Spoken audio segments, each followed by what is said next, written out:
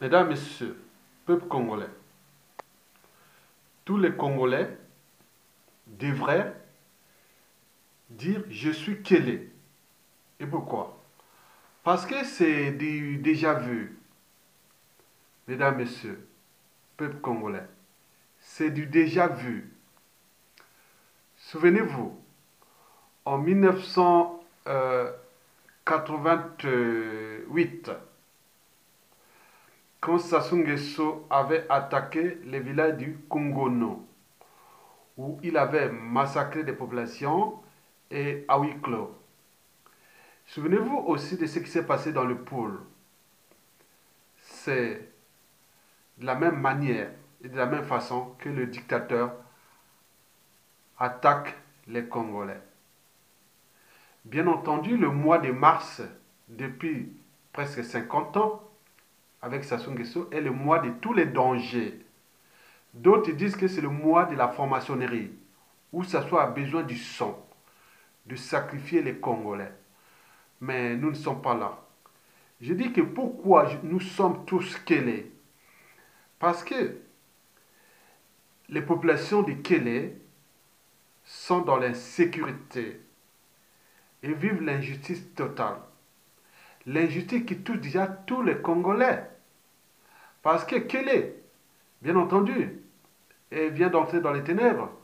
Mais souvent, dans l'ignorance qui est la plus des souffrances, les populations du Sud croient que tous les gars du Nord, les populations du Nord sont nantis, quoi, tout là-bas, alors que tout le monde le sait, que Sassou Nguesso a englouti 70% des ressources congolaises qui est dans son village et dans sa ville natale, et qu'il est en train de construire des hôtels, des palais et autres, qui, à sa chute, reviendront dans les ténèbres. Mais qui aura l'argent pour aller financer ces infrastructures de Sassou qui a conçues dans son village et qui ne servent à rien? Donc ils vont se retrouver comme fut le cas de Mobutu. Donc, je suis Kélé est aussi le combat pour la libération du peuple congolais. Parce que cette population, située à 500 km, plus de 500 km de la capitale Brazzaville, parce que Kélé, l'ancienne Abolo, qui en 1933, les Français avaient transformé cette bourgade-là en une ville qui s'appelle maintenant Kélé. Avant tout, ça s'appelait Abolo, avant 1933. Et donc, ce n'est qu'avec les frères Tréchaud et compagnie, on avait transformé cette ville en, au nom de Kélé. Et nous consommons même les décrets. Nous avions les décrets. Je vais parler dans certaines vidéos. Kélé est situé à l'équateur, presque. Parce que l'équateur passe au nord de Kélé, à 50 km au nord de Kélé. Donc c'est presque l'équateur au Congo-Brazzaville.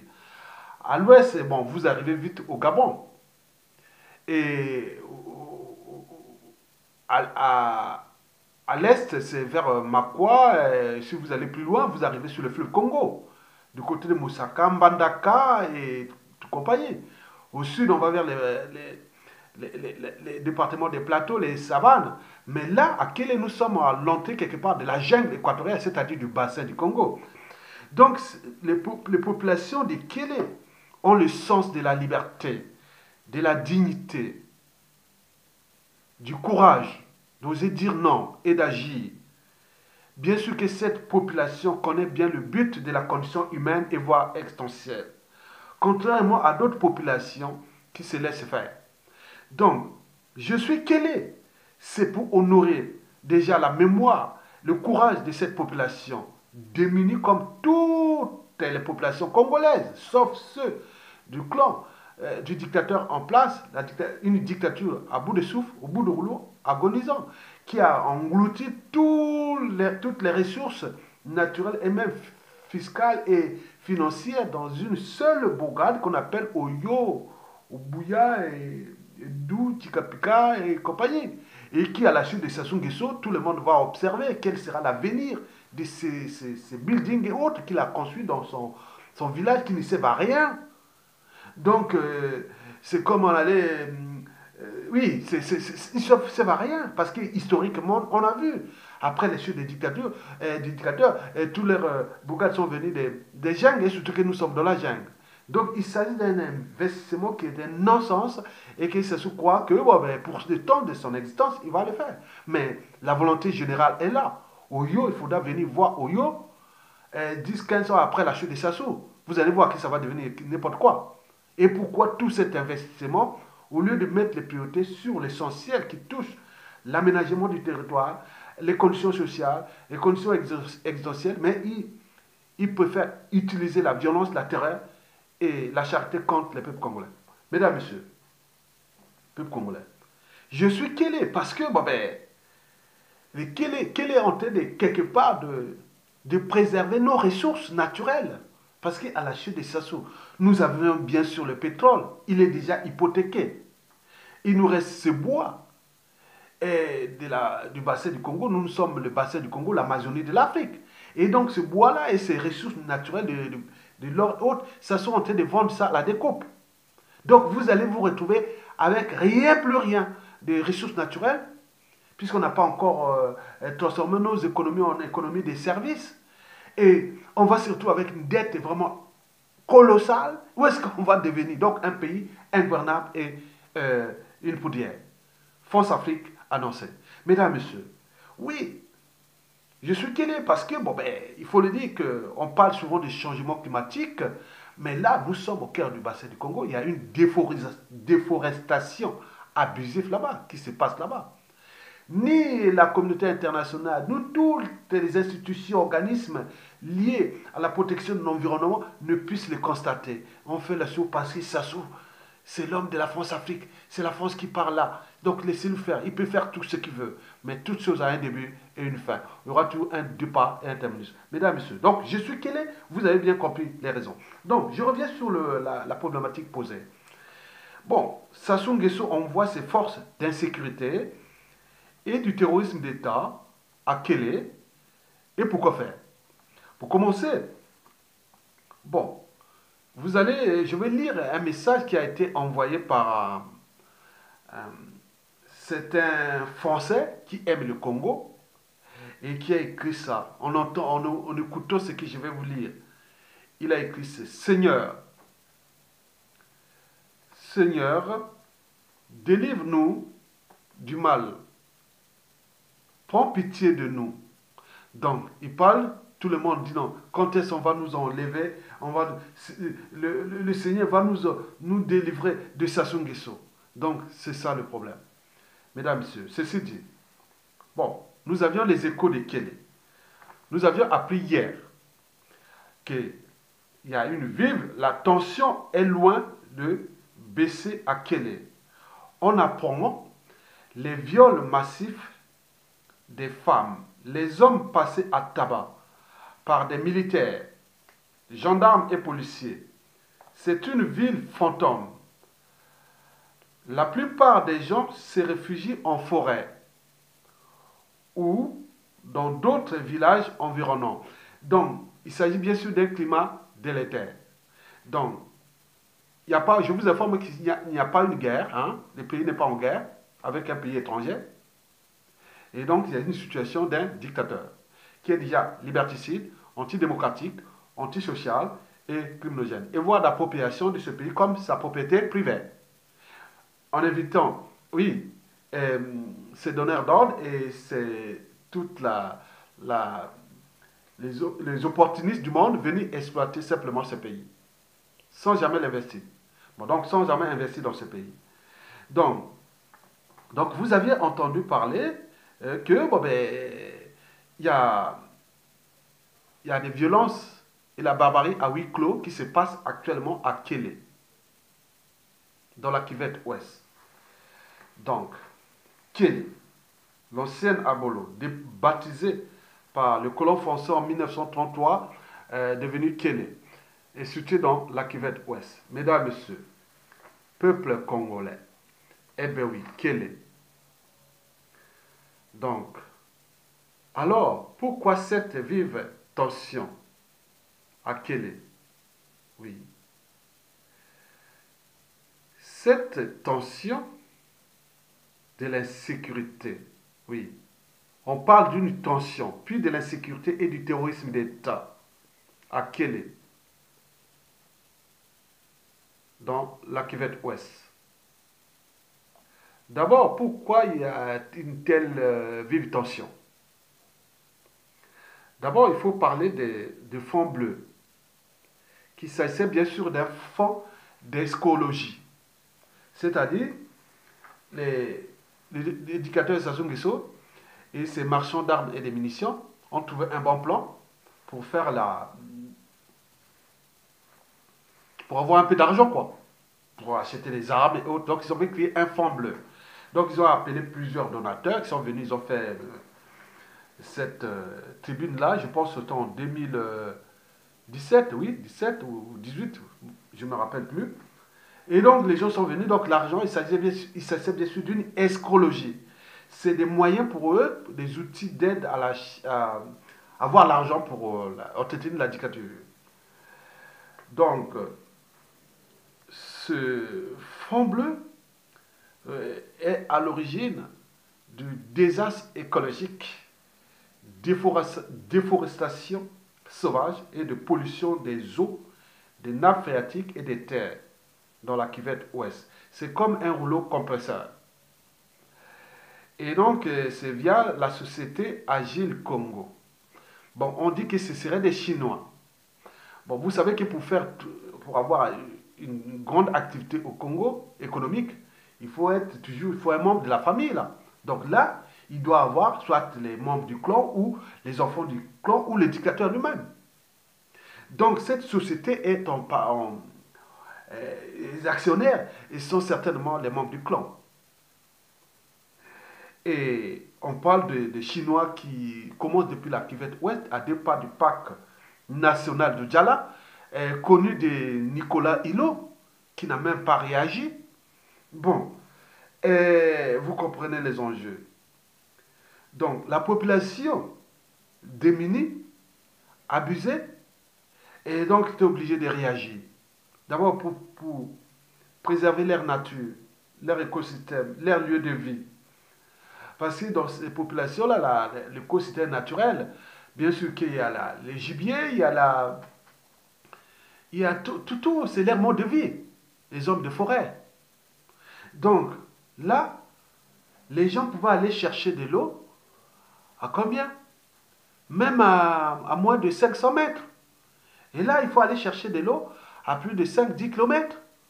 Et donc, l'eau déjà est polluée par ces métaux lourds et tous les produits qui mettent là pour euh, extraire le minéral ou le minerai, l'or, tous ces minéraux, je ne sais pas quelle quantité de minéraux tirent là. C'est comme un rouleau compresseur.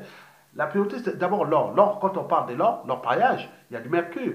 Donc, les gens se retrouvent avec des maladies vraiment bizarres. Vous pouvez vous gratter votre peau jusqu'à vous arracher la peau. On ne sait pas qu'est-ce qu'ils mettent là. Donc, tout le monde est malade là-bas. Ça, c'est la première tension. Qu'est-ce qu'on a mérité ça?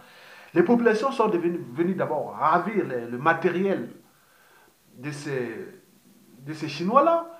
Ils ont fui et ils reviennent pour l'éducateur, la coupe était pleine. Donc, ça, c'est attention. Mais dis-nous, qu'est-ce qu'on a mérité ça? Oui, pourquoi la ministre est venue d'ailleurs là-bas, la ministre de l'escrologie, Arlette Soudan, est venue là-bas, c'était faire le service après-vente. Constater qu'elle a mis le décret et autres. Vous croyez que vous allez exploiter ce pays-là sans l'accord du dictateur? Donc, vous imaginez. Donc, ça, c'est déjà la tension. La tension est déjà, les gens, bien sûr, ils ne connaissent pas les problématiques écologiques, mais ils savent qu'ils ont besoin de l'eau, ils ont bu cette eau, hein, ces rivières, ces nappes, cette forêt, les a toujours gardés là en vie depuis des siècles et des siècles. Et donc, les gens se retrouvent avec les enfants malades, tout le monde devient malade, et surtout, il faut gratter tout le temps jusqu'à le sang coule. C'est quoi ce produit-là? On vient demander là rien du tout.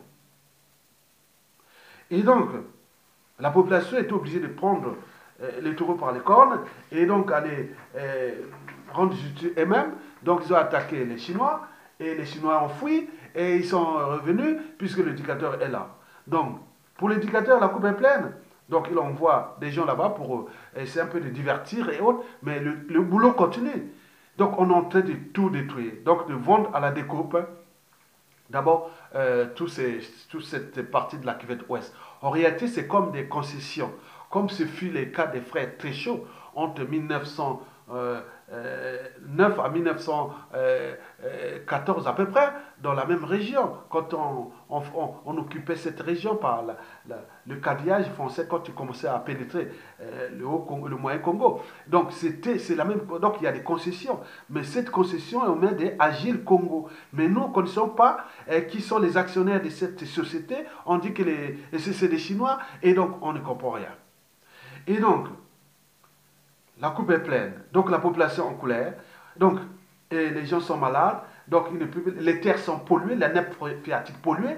Et donc tout ça, parce que déjà, je vous informe que c'est un peu au-dessus de la butte des deux bassins versants. Hein. Donc là, quand on descend vers l'est, on descend vers le fleuve Congo. Donc, il y a deux affluents du fleuve Congo qui naissent là-bas. Deux grands affluents du fleuve Congo de côté rive droite, dont la Likwala Mosaka, qui passe à l'équateur, à Makwa, et aussi la Lima, qui passe du côté des indicateurs. Donc, la Lima, c'est le quatrième plus grand affluent du fleuve Congo côté droite. La Likwala Mosaka, c'est le troisième, mais non, le premier et le deuxième est situé à la Songa, à frontière avec le Cameroun. N'oublions pas le Bangui. C'est Chari qui. Voilà. Donc, vous voyez ça, c'est un désastre. Et donc, Sassou Nguesso a utilisé les fonds bleus avec ses techniques de communication et avec des livres écrits par des pseudo-intellectuels, pseudo-environnementalistes, et qui viennent réciter le travail de sabotage de cet écosystème avec les bouleversements. Déjà, le paradoxe, c'est que Sassou Nguesso avait financé la COP 21, alors que, la COP 21 de Paris, alors qu'il est là en train de détruire le bassin du Congo. Et pour combien de temps encore?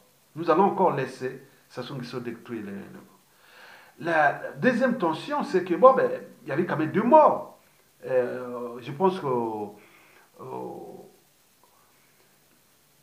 à la fin du mois de février 2019, je ne sais pas si c'était le 25 ou 26 ou 27 février 2019, il y a eu 2 morts. D'abord, le premier, un jeune qui a été torturé à Kélé, hein, par des gendarmes. Et donc, motif qu'il avait volé 120 000 francs CFA, l'équivalent de 200 euros, c'est un commerçant, je ne sais pas comment. Bon, bref, on l'a mené au poste de la gendarmerie, on l'a torturé à mort, et le jeune homme serait mort, hein, il est mort, et suite de ses blessures, de cette torture. Et donc, la population révoltée, bon, ben, le commandant, et donc la population est allée attaquer la gendarmerie, donc ils ont brûlé le pick-up de la gendarmerie, hein, Bégitota, ils ont brûlé, et le commandant qui cherchait à fuir vers la mission catholique à l'envers Etumbi, donc il a été abattu par un villageois avec le calibre 12, et donc là, donc on se retrouve avec des cadavres. Déjà le jeune homme torturé est mort, puis le commandant de la gendarmerie de ce poste qui voulait fouiller, la population l'a suivi et il y a un grand chasseur parce que tout le monde là-bas a des fusils de chasse. Je vous dis que nous sommes dans le bassin du Congo, il y a des animaux, il y a des éléphants, il y a tout là-bas, donc c'est une zone vraiment de forêt où il y a tous les animaux sauvages aussi. Donc les gens ont aussi leurs fusils de chasse, c'est resté dans leur culture, les gens font toute la chasse là-bas. Et donc quand il a vu le commandant de gendarmerie fouiller, il a tiré, et donc le gars est mort sur le coup, et donc le commandant, vous pouvez voir dans la photo ici, que je vais vous montrer à la fin de la vidéo. Donc, là, comme jamais 203, et là, Sassou Nguesso s'énerve. Au lieu d'apaiser les tensions, comme il n'a jamais fait de politique, ni du social, il a su que faire la charité ou l'achat des consommateurs, et si ça ne suffit pas, c'est la violence, le terrorisme d'État. Alors, donc, vous savez que Sassou Nguesso est passé maître, le dictateur Sassou Nguesso est passé maître de l'insécurité et du terrorisme d'État. L'insécurité parce que nous avions une force publique et qui n'est plus une force publique, c'est une force d'insécurité. Quand on parle de police, de gendarmerie au Congo, c'est des forces d'insécurité. C'est pas dire que tous les policiers, tous les gendarmes sont comme ça. Mais au niveau institution, est devenu une force d'insécurité. Alors que d'après les déclarations universelles des droits de l'homme et des citoyens, avec l'article dans l'article 11, et qui dans un pays on a besoin d'une force publique, mais cette force ne doit pas être, cette force ainsi instituée, ne doit pas être utilisée pour l'utilité particulière d'un individu. Mais c'est pour l'intérêt de tous. Mais pour nous, c'est pour ça. Et c'est gars, c'est des moyens de violence, de terreur, de terrorisme pour que la population apeurée et reste là, se soumet. Donc c'est comme ça. Donc là, nous avions en plus de ça, nous avions une force de terrorisme d'État. Les armées ne sont plus, ne se battent pas, ne se battent pas contre l'ennemi de l'extérieur. Ils se battent contre la population démunie. Voilà. Donc, quand on voit en 2013, l'Angola est venu montrer ses muscles au ciel du enclave du Cabinda au sud du pays. Sassou Nguesso n'a jamais montré ses muscles avec ses armées. Mais cette armée, paradoxalement, n'est que là pour attaquer la population. Donc, elle se mêle souvent avec la police, la gendarmerie et toutes ces forces d'insécurité du terrorisme d'État. Parce que quand on parle de terrorisme d'État, quand une armée, au lieu de se battre avec un ennemi étranger, cette force des armées, elle se bat maintenant contre la population démunie. Donc, c'est vraiment l'utilisation un peu abusive de ça. Bon.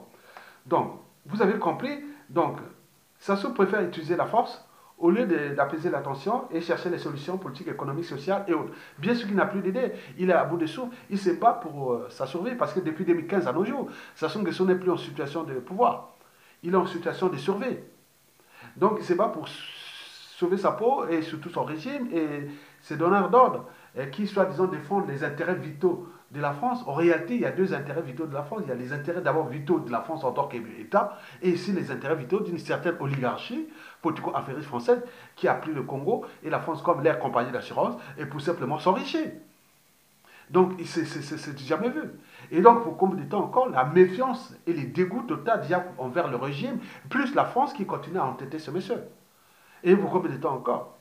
Mesdames, Messieurs, donc le problème ici de cette situation de Kélé doit éveiller la conscience des Congolais, surtout de la partie sud. Vous croyez que Sassou Nguesso au nord, tous les nordistes sont des nantis, sont comme ça. Donc la situation de la sud de Sassou n'est pas géopolitique. C'est une situation nationale. Parce que l'unité nationale ne se décrète pas. Ça se construit au gré des épreuves. C'est comme les examens à l'école. Pour passer des classes supérieures, il faut passer des épreuves. C'est comme dans l'armée, pour monter les grades, il faut passer des examens. Et donc, là, comme dans le métier, et pour passer des échelons, il faut passer des épreuves. Une société comme ça, l'unité nationale, c'est d'abord un idéal, mais il faut déjà la construire, il faut la vivre. Donc, le cas du pôle que nous avions soutenu ici, je suis le pôle. Aujourd'hui, je suis aussi... Parce que si nous n'arrivions pas à nous entendre sur un projet commun, comment nous allons nous entendre quand Sassou Nguesso ne sera plus là? Nous avions un dénominateur commun, Sassou Nguesso. Il nous a mis dans les conditions d'indignité totale. Vous voyez le but de la condition sociale, l'accès à l'eau potable, l'eau empoisonnée, salue un peu partout. Et Sassou Nguesso a tenté d'affamer volontairement les Congolais. Il a tenté de les rendre volontairement malades. Les morts sont pleines à caquer des cadavres de tout âge. Les conditions de vie indignes, la surdette, le surendettement du pays, le pays en faillite, et personne ne veut prendre les responsabilités autant au niveau civil, politique et militaire pour le faire partir. Alors qu'il est en train de tout, un être mortel qui va partir. Il va partir. Bien entendu, comme je l'ai toujours dit, le danger c'est que nous avions une anthropologie sociale qui n'est pas bonne. On est comme prédisposé à la soumission. La soumission fait partie des palais des émotions. Et la soumission, c'est comme la joie, la peur, la colère, l'agressivité, le dégoût, c'est des émotions différentes de la raison. La raison, on peut douter, on peut réfléchir, agir. Donc, les populations, souvent qui sont dans la soumission, agissent souvent par émotion parce qu'on ne construit pas une société par émotion. Parce qu'après émotion, on oublie. Mais la raison, on sait qu'on n'oublie pas. Parce que la raison euh, active la mémoire collective aussi, quelque part. Hein. La raison liée avec la mémoire, bien sûr. Mais l'émotion, parfois, on peut oublier. Hein. Donc, nous devons nous affranchir de la culture des émotions et aller plus vers la culture de la raison. C'est-à-dire, aujourd'hui, la situation n'est pas dit que le nord, sud, est, ouest. Si vous nous restez là, ça soit là encore pour de nombreuses années. Et à ses 80 ans, bientôt, ou 82 ans, on dit qu'il serait né en 1938 aussi. Hein. Donc 43, c'est comme nous au Congolais. Beaucoup de Congolais ont triché leur âge. Hein. Mais bien sûr, lui, il n'avait pas triché. Bon, ben, c'était un truc qu'on voilà, on mesurait. Bon, bref. Donc, je vous dis sincèrement, Sassou va partir et doit partir. Mais c'est le pays, quel pays va nous laisser? Il va nous laisser une poudrière. Donc, au cœur de l'enjeu, c'est éviter la récurrence déjà des mêmes erreurs et des mêmes horreurs. Bien sûr, ça va se fracasser tout seul. Ça, c'est sûr et certain, parce que tous les indicateurs macroéconomiques et les signaux d'alarme sont au rouge. Je ne sais pas comment il va s'en sortir. Et beaucoup de gens tirent les ficelles derrière pour qu'il aille se fracasser sans mort d'homme. Mais en attendant, si nous laissons trop de temps, et il va vendre tous ces pays à la découpe. Vous allez travailler avec quoi? Le pétrole est déjà hypothéqué. Les minéraux, ils sont en train de les vendre à la découpe. Mais nous n'avons pas diversifié l'économie depuis. Mais nous allons vivre avec quoi depuis? Après, avec une surdette. Et si vous n'avez pas des gens capables de dire non, on agite, on crée les richesses, on agite les neurones, mais ça va être dur pour ces pays qui ont été détruits complètement. Donc Sassou Nguesso utilise la violence, c'est pour se maintenir au pouvoir. Donc vous devez comprendre que Sassou ne peut être que parti par des rapports de force. Mais commençons déjà les rapports de force, sont déjà là au niveau de ces indicateurs économiques. Mais il reste aussi de montrer de façon physique que Sassou en est là. Mais avec quelle force armée? Donc tout le monde doit prendre ses responsabilités. Pourquoi? Parce que nous devons éviter la règle d'or. Je vous ai dit qu'il y a des situations Sassou Nguesso bis ou puissance point point dans toutes les tribus qu'il a humiliées. On ne sait pas qui est qui peut prendre le pouvoir là et régler le compte parce que dans la règle d'or, on dit ne faites jamais autrui ce que vous ne souhaitez pas qu'on le fasse sur vous-même. Donc nous avions la culture de la responsabilité par association. Donc il nous a fait ça et nous demain on va faire ça aussi. Donc il faut éviter ça. Et pour éviter ça, il faut aller un peu plus vite pour que Sassou Nguesso puisse dégager et vite. Parce que s'il dégage maintenant, je suis sûr et certain que nous pourrons, nous aussi, se libérer de ce poids. Hein, de ce poids. Voici le gendarme qui a été battu. Voilà, il est là. Bon, bah, bref, c'est passé. Et donc, je vous dis simplement que nous devons éviter déjà de reprendre les mêmes erreurs. Deux, la règle d'or, ne faites jamais autrui si vous ne souhaitez pas qu'on le fasse vous-même. Évitez surtout la responsabilité par association. Et là, j'alerte le clan Sassou Nguesso. Parce que vous avez humilié beaucoup de membres des tribus, vous avez humilié beaucoup de tribus. Et donc là-bas, s'il n'y a pas des gens intelligents, des gens qui ont compris les chances de ces choses-là, et pour qu'ils puissent trouver un climat apaisé par la suite. Mais il est sûr et certain que l'histoire va se répéter. Donc les clans d'Emboshi, les Sassou, la tribu d'Emboshi, qui n'est que 5% de la population congolaise. Et donc il va certainement souffrir pour longtemps. Et nous ne souhaitons pas ça, parce que vous avez humilié déjà dans la cuvette les Kouyou, et vous avez humilié le président élu de la cuvette, et aussi Mokoko de Makwa, vous avez humilié. Les Kouyou n'ont pas oublié ce que vous avez fait à Marangwabi, à Pironga et Kongono et tout. Ils n'ont pas oublié. Il est là parce que vous êtes encore là. Ce qui s'est passé dans les plateaux, avec les Turo au Kombi Salsa, n'oublions pas les poules. Et surtout les opérations Mwebara, 1, 2, 3, avec tous les Bwanza, le Nyari et autres. Vous avez fait, ils n'ont pas oublié. Ils n'ont pas oublié. Vous avez humilié les tribus parce que pour nous, certaines personnes, on a humilié notre tribu. Et donc, de même, il faut que je rende la monnaie, quoi. Quand on aura le pouvoir. C'est ça les dangers. Et donc, n'oublions pas les individualités comme dans la Kivette, dans les Kuala. Hein, beaucoup de gens sont morts aussi là-bas. N'oublions pas ce que vous venez de faire dans la Kivette Ouest. Donc, vous avez un milieu, vous avez une grande partie de la population qui est contre vous.